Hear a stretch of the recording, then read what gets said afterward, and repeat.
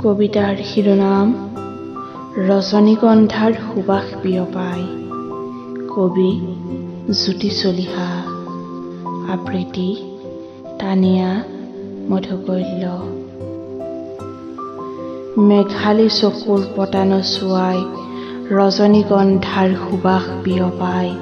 কঁকাল খামুচীয়া ছোৱালীজনীয়ে দুখৰ দলিচা মচি মেলি দিছিল মেটেকা ফুলৰ ৰং।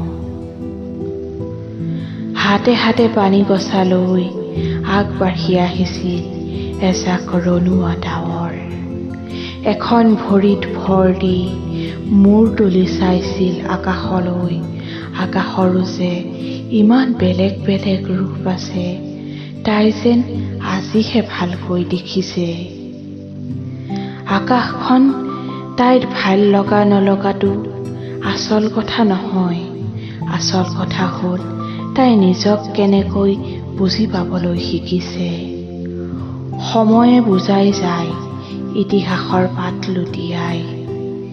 এই সময়ে যে উজ্জ্বল সজীৱ আৰু সতেজ, আনন্দময় বসন্তৰ আগমনৰ ঋতু। যদিও তাই দুখৰ দলিচা মচি মেলি দিছিল মেটেকা ফুলৰ ৰং। ৰজনীগন্ধাৰ সুবাস বিয়পাই আকাশলৈ চাই লাজকুৰীয়াকৈ হাঁহিলে তাই।